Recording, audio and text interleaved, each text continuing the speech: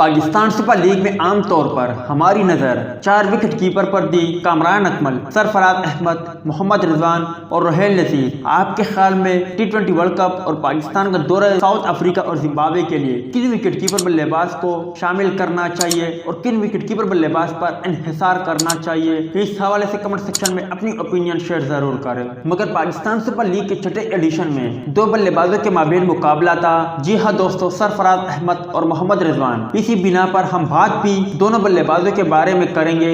دیکھو بھائیو، سرفراز احمد اور محمد رضوان دونوں کی کارکردگی پاکستان سپر لیگ میں انتہائی شاندار تھی۔ محمد رضوان کی بات کریں تو ان کی تو کافی شاندار تھی، مگر سرفراز احمد بھی کچھ کم نہ تھے۔ مطلب کہ دونوں بلے باز چکے چوکے بھی لگا رہے تھے اور وکٹ پر ٹک کر اسکور بھی کر رہے تھے۔ اگر محمد رضوان کی بات کریں تو انہوں نے پاکستان سپر لیگ کے 5 میچوں میں تقریباً 297 رن بنائے۔ اس دوران محمد رضوان کا بہترین اسکور 76 رہا۔ اگر بات کریں، محمد رضوان نے 2 مرتبہ 50 بھی بنائی ہے اور اس کے علاوہ کئی لاتعداد چوکے اور چکے بھی لگائے ہیں۔ جبکہ سرفراز احمد کی بات کریں تو سرفراز احمد نے بھی 180 پلس رن بنائے ہیں اور اس دوران ان کا بہترین اسکور 81 رہا اور سرفراز احمد نے بھی 2 مرتبہ مطلب کہ 2 50 بنائی ہے۔ اب آپ بھائیوں کو کیا لگتا ہے کہ آنے والے وقتوں میں سرفراز احمد اور محمد رضوان میں سے کون سا بہترین وکٹ کیپر بلے باز ثابت ہو سکتا ہے؟ اس حوالے سے کمنٹ سیکشن آپ کے کمنٹس کا منتظر رہے گا۔